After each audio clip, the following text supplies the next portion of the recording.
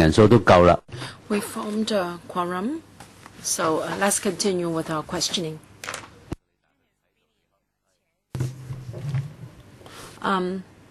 Alan, you can go before Kenneth since it's not here. Thank you, Chairman. Of course, we are concerned that on the waiting list for PRH, many members of the public have been waiting for a long time. So I am very anxious as to whether we have sites available for the construction of flats. I asked a question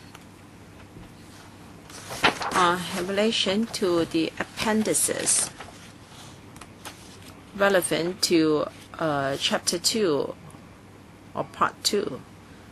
It's all about whether there is land and also the priority of PRH at the prevailing circumstances, and whether PRH would only be of secondary importance.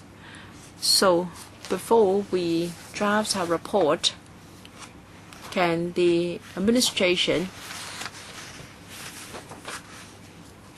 tell us how appendices B, C, D, E, or the bodies described in these appendices working together, and the relationship, and also the line of reporting, and the work, the flow of work, so on and so forth, involving these bodies. I hope that we can be given an information paper on this before we draft our report for record's sake. And would like the Director of Audit to help us. According to what we've heard, since Professor Stephen Zhang assumed office, 3 sites that were formed and meant for PRH were handed to the administration. We'd like to have supplementary information on the facts and the chronology of events for reference by this committee. And for the remaining 22 sites, if possible, we also like to have information on them. We understand that some might be legacy of previous administrations, but it's always meaningful to refer to history, because after all, we can learn from past experience. For instance, how a certain site was required to be handed back to the administration with the development costs written off. We can all learn a lesson from such matters. So I hope that the Secretary can provide 2 supplementary papers for the committee for our reference and record. I'm sure it would help us in the drafting of our report. And Chairman,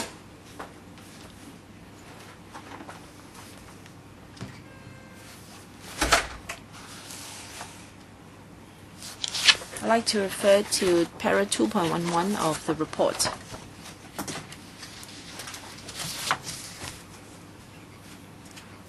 Please turn to Figure 1. There's a graphical explanation. In between 2003 and 2013, our PRH production did fluctuate quite seriously year from year. Well, the lowest production was in 2007 with 7,000 odd units completed, and the peak was in 2004 when 24,600 odd flats were produced. So I'd like to ask the Secretary whether such fluctuations could be avoided.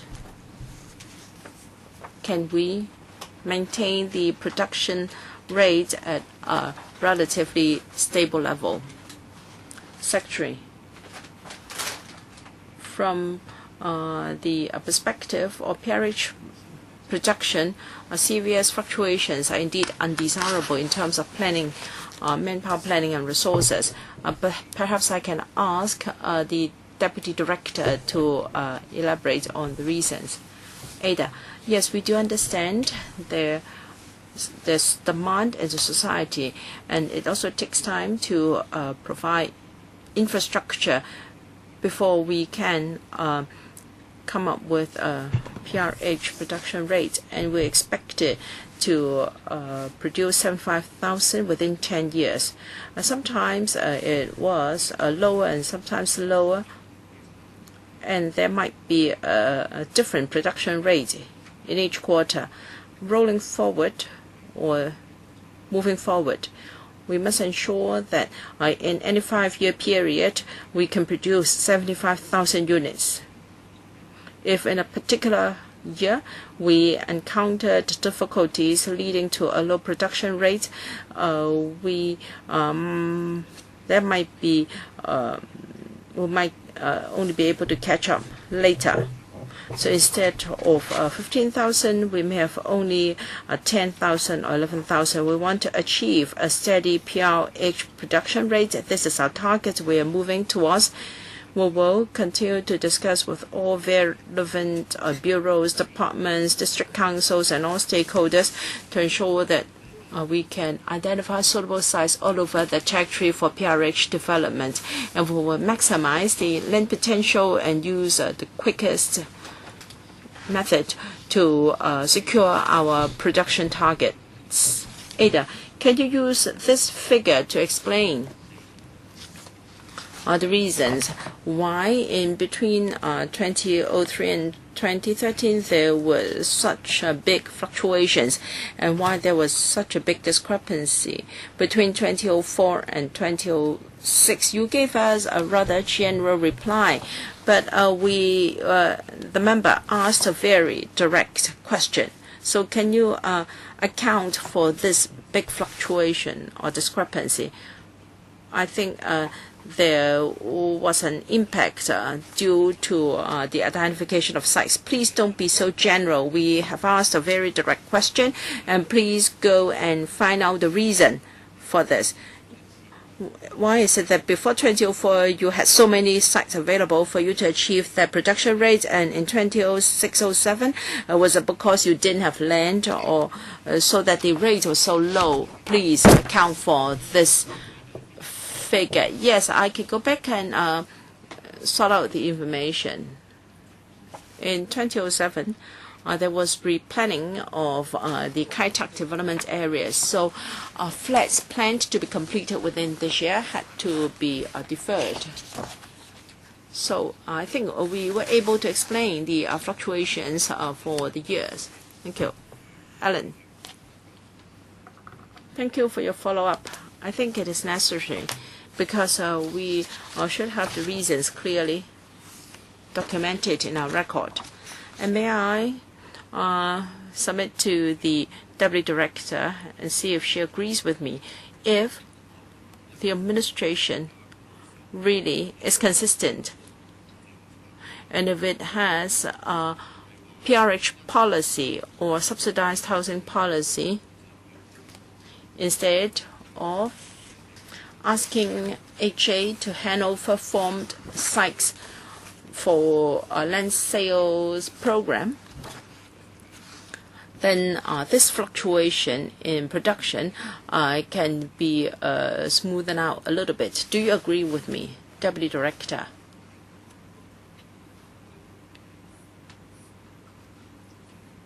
I think we need land for both public and private housing development. We carry out government's policy to ensure a balance.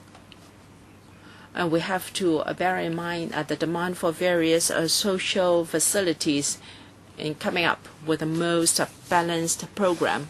So we will give regard to the demand in the community for various facilities as well as PRH in developing PRH.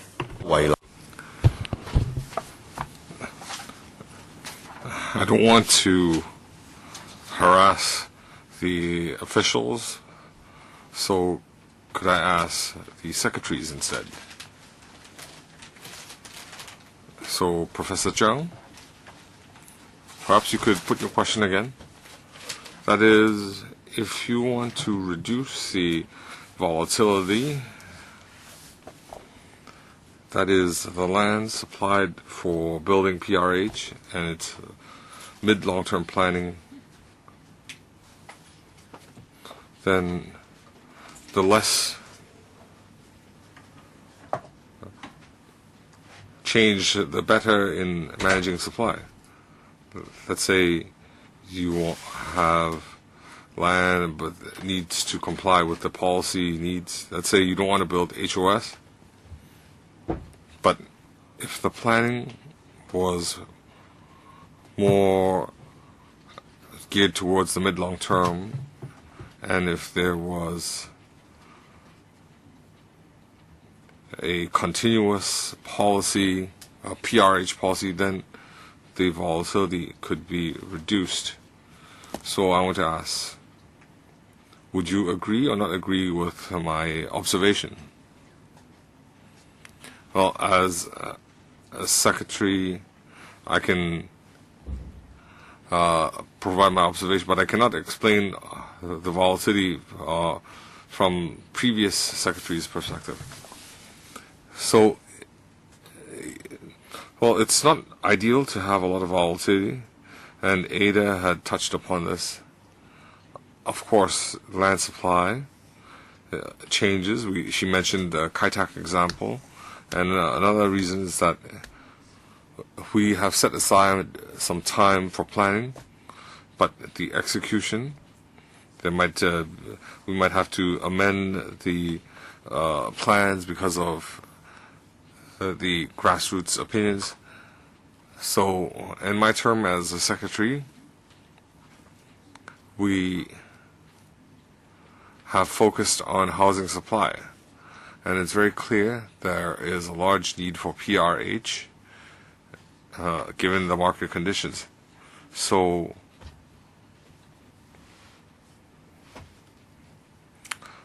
Mr. Chen can also supplement. Thank you, Alan Leung, for his question. From the Development Bureau, we coordinate our efforts with housing transport. We want to provide land in a stable manner. It's important for PRH and private housing. But as the audit report said, after sites are identified and before development, the work and difficulties are not easily surmountable. There is an appendix. Before a site is identified, there are some studies that you might encounter. I'm referring to Appendix H. There are more than a dozen studies involved. In the past, we didn't have a land bank, so when there's a shortfall, it's hard to identify.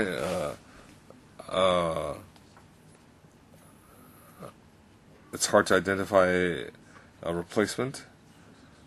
There needs to be planning that takes time. There's consultation in the community that takes time as well.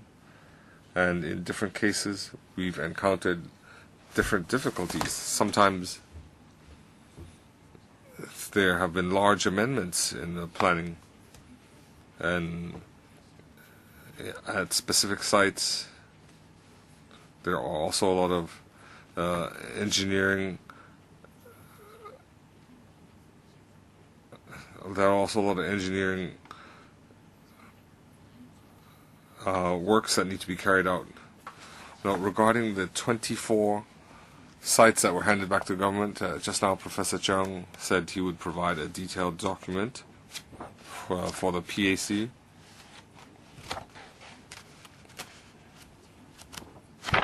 But if you look at the past, these changes can be categorized into a few situations. For example, there was a change in housing policy. You are aware that between 2001 and 2013, the property market had undergone a significant change. The subsidized housing influence was very large, and some sites, after review, it was deemed to be more appropriate for private housing. And the third point is, in redeveloping housing estates, we had to respond to public consultation. There's some called for GIC development and community facilities such as schools, open space, building of roads, and for example, in Sekip Mei, it was preserved, and we have Mei Ho in place. So we have different reasons. Chairman, I understand some factors beyond the control of the administration, but as Secretary Chung said, ever since he took office, he would ensure that PRH sites would not be surrendered. So can I understand Mr. Paul Chan? He seems to be testifying that within his control, he will ensure that PRH, land for PRH development will be stable. Can I understand it as such? The Development Bureau and relevant departments, including the Planning Department and relevant departments, will do our utmost to identify sites, and we'll also, in our planning studies, we'll also do consultation. We'll do our utmost to provide a stable supply of land. We have some concerns now, and the report doesn't give an assuring answer. Starting from 2000, the Housing Department used a statistics procedure in Appendix C to forecast the demand. But as the Audit Commissioner says, that the Long-Term Housing Strategy Review Committee did not accept that. So we want to ask, in the future, the Housing Authority, will they adapt the methodology in Appendix C to assess the long-term housing needs? The Appendix C, that is prior to the LTHS Review Committee, this was their assessment tool. Now they'll have to comply with the latest goals. Chairman, as Secretary said, Mr. Leung referred to this old methodology, and after LTHS discussion, we want to adopt a new methodology. We are also undertaking a long-term housing policy. We will consider how to implement LTHS Review Committee's recommendations. Do we have any tools? These are details. To answer simply, we won't repeat the old methodology. First of all, it was the requirement of the times, and some of these methods are also problematic. We want to migrate to the new methodology. In 2.10, the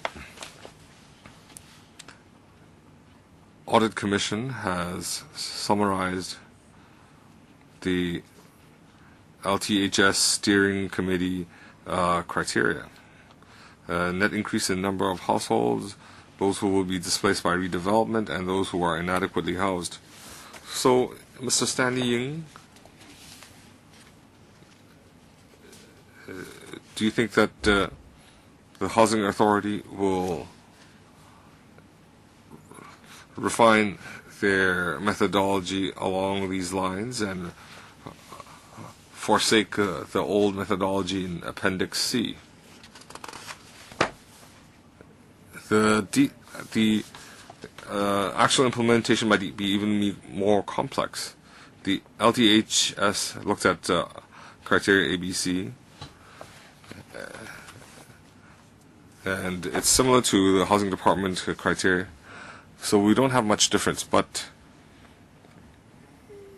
the two different methodologies differ in the details. For example, in the past we didn't assess non-Hong Kong students that would have housing needs. In the LTHS, they would consider these criteria. So the two methodologies, if you look at the parameters, ABC, they seem the same, but they start to differ in the details. So I repeat my statement. We are aware of the limitations of the old method used in the last decade. We want to migrate to LTHS methodology. Every year we'll have a review, and there are different administrative procedures. We will have to think this through. So before the PAC report, could you provide us with a draft so we can be informed of your thinking? The LTHS discussion, it has undergone a lot of discussion in the housing panel. We are burning the midnight oil to try to finalize all these findings. We talked about demand management, abuse of PRH. So we're doing all this, and we do not have a final stance on Mr. Leung's question. So I dare not say that today we can respond to all the questions. We have a timetable for this. I have two follow-ups, Kenneth Leung and Wong Yong. But before we ask, I'd like Paul to respond to the PRH production. Could you respond to the historical issues? And I'm referring you to Table 2.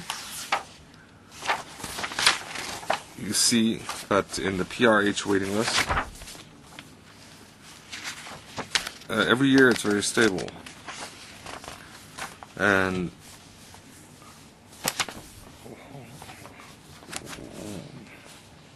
in the last decade, why are 24 sites required? But in Table 2, you see the figures are very stable. Your response was that there were different policies, but different policies refer to demand, and the demand has been very stable in Table 2. Do you understand what I'm saying? I understand. the details are with housing and transport. You have requested 24 sites. If we look at Table 2, we see that the number of applicants are very stable. So what was the reason for your requesting 24 sites? Especially after 2013, why do we still have this occurring? You see that in 2012 there were 100,000 applicants, and 2013 there were 110,000 applicants. In the past, you see in 08, 09, 10, it fell a bit. And could you respond to our question? Not just from a historic perspective. You also need to make reference to these statistics.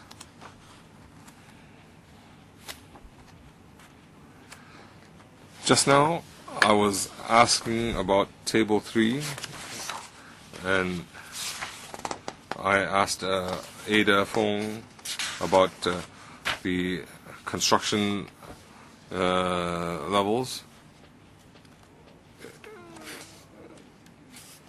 The annual construction rate, the annual production rate, even if you have rolling indicators, 15,000 per year.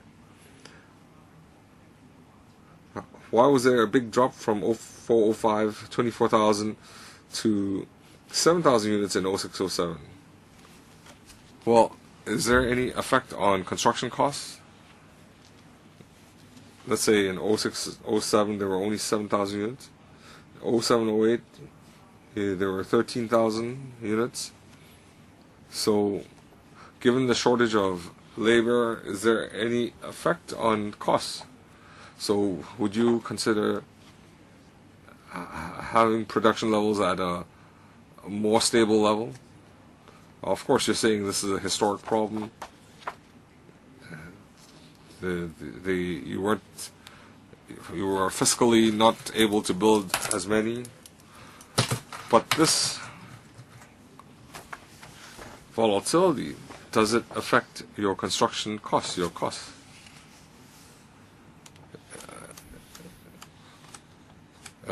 This question was asked previously, but now it's been asked from a value for money perspective. If you look at 0708, if you look at the construction industry, that there was a peak unemployment there, and that was should be the cheapest in terms of labor. So could you respond to Mr. Leo's? Okay. Let me explain why we had a low construction in the year in 0607.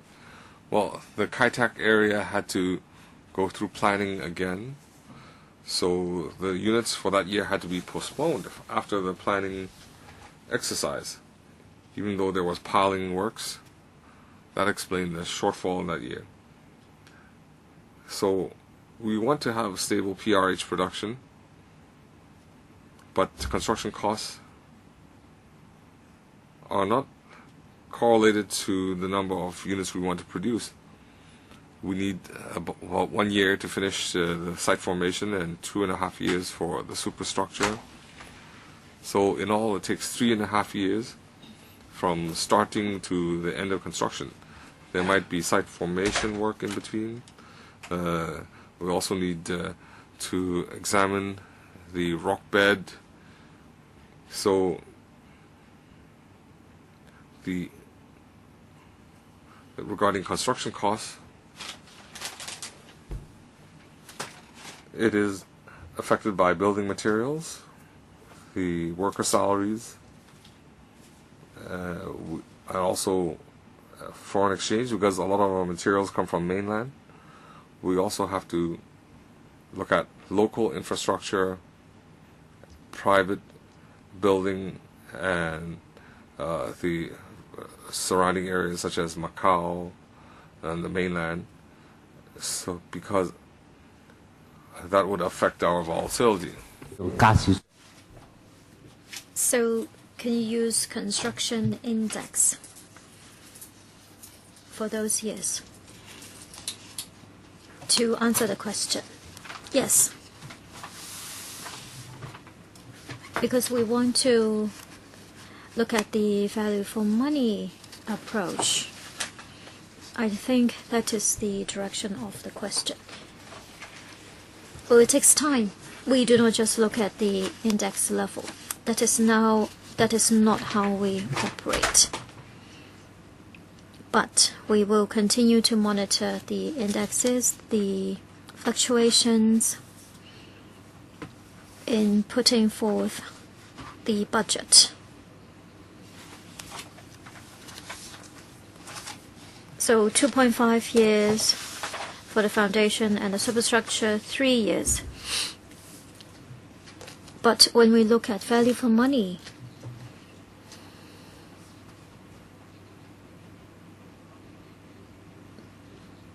when you construct buildings, you will do the calculation yourself. Perhaps there's a window for adjustment. So I think that is the approach of the question. Kenneth, do you want to follow up? Ada, perhaps you can provide some figures. You talked about the ongoing construction work. So you made a decision for how many flats to be constructed, for which period. But we always need to refer to the cost of construction at the time. But the HA is like a huge developer. If you construct more or less, you directly affect the market. If there is no stable supply as the baseline, you are hitting your own feet with a rock. If you construct too many flats and people have that expectation that you'll continue to construct more, you will drive down the market and vice versa. So there are expectations. What about going back to 1.5? I'm still thinking about this 12.7 billion. Mr. Ying said 11.9 billion and 12.7 billion are operating costs, while the construction cost has already been incorporated. Mr. Ying or the Commissioner, perhaps you can help me.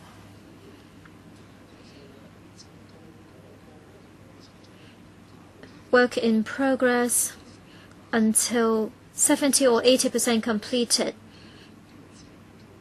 The depreciation of the cost will then kick in and it will appear on the HA balance sheet. Assuming for that building, let's say it is 100 million, when it is 70 to 80% completed according to your accounting method, you will then take 2% of 100 million, which is 2 million. You will incorporate that into the expenses as the depreciation of that year. Is this interpretation correct? Mr. Yang, you have already answered this question. Perhaps you can try again. If possible, I would like to go back to Mr. Leung's point and also value for money for the construction cost. In Para 1.5, we had some discussions and you asked us to go back and identify HA figures for the past 5 years to explain how we came up with such expenses. I know Mr. Leung is very professional, and I will go back and look at accrual accounting adopted by the HA carefully. And just now, when it comes to the history, Ada can tell you why in certain years the actual output fluctuated. The chairman also asked us to present some real examples. But I agree with Mr. Leung looking forward. We want to have stable supply. That would be the best in terms of budgeting and other work. But is that really possible? Perhaps it's not fully under our control. For example, there is this case concerning Yunong project covering 2,000 flats, and after some consultation work, only 400 were provided. I agree with Mr. Leung. We want to have a stable supply. So if we look at historical figure, if we refer to a construction price index at the time for reference, yes, we're happy to do that.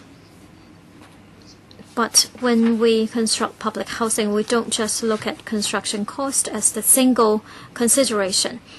We're talking about value for money. So what is the value? For example, we need to ensure supply of public housing can maintain the waiting time at 3 years, so on and so forth. We have to look at everything. We would not say, oh, things are expensive in the market, so let's not construct anything. Or vice versa. Our understanding is along this line. I agree, Mr. Ying. Mr. Chemopol, this answer should take us to table 2. Because when we look at value for money, it's not about money alone. It is about living environment and other values. So if you look here, you were talking about a 3-year waiting time. The second question is about construction. We understand we have to do the math. When the construction industry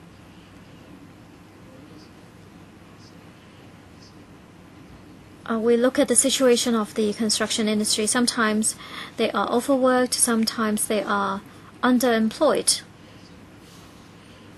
So your construction plan will affect greatly the wage level of the workers. We have to look at the situation from value for money perspective.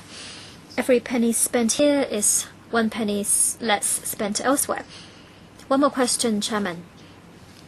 I would like to follow up on the 24 reconstruction sites. This is from a different angle under the housing ordinance.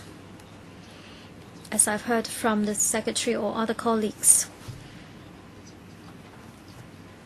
land can be handed back to the government for different reasons, and there would be different backgrounds. But I would like to ask about the principles. I hope that you can provide me with some answer. Under the ordinance, does the HA have any legal liability to return land to the government? That is under the ordinance. Second question, if there is no such stipulation in the ordinance, does the HA sign any memorandum concerning handing over of land to the government? Do they have this legal liability, or do they have such standard practice, which is in black and white? And third question, you mentioned that the current policy does not include return of reconstruction sites to the government. Who is to make such decisions? Do you have anything in black and white to inform the public and legislators that indeed you are implementing this policy?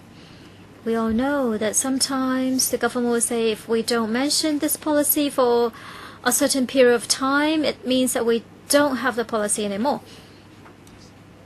So whose decision is it when it comes to not returning land to the government?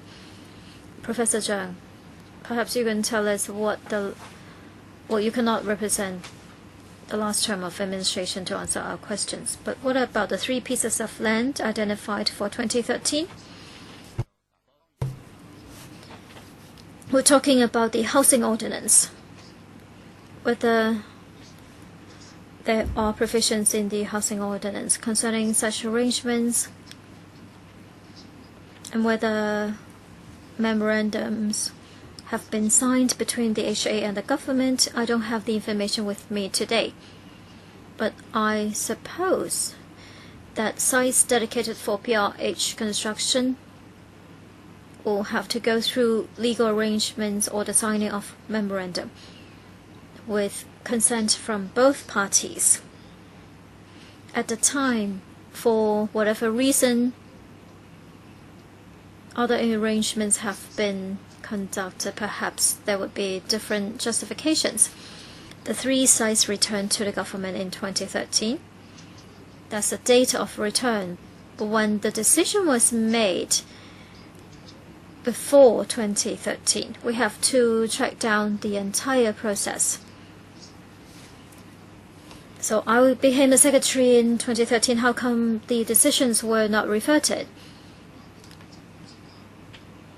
Between the HA and the government, there is this contractual agreement, and I cannot and should not casually change anything.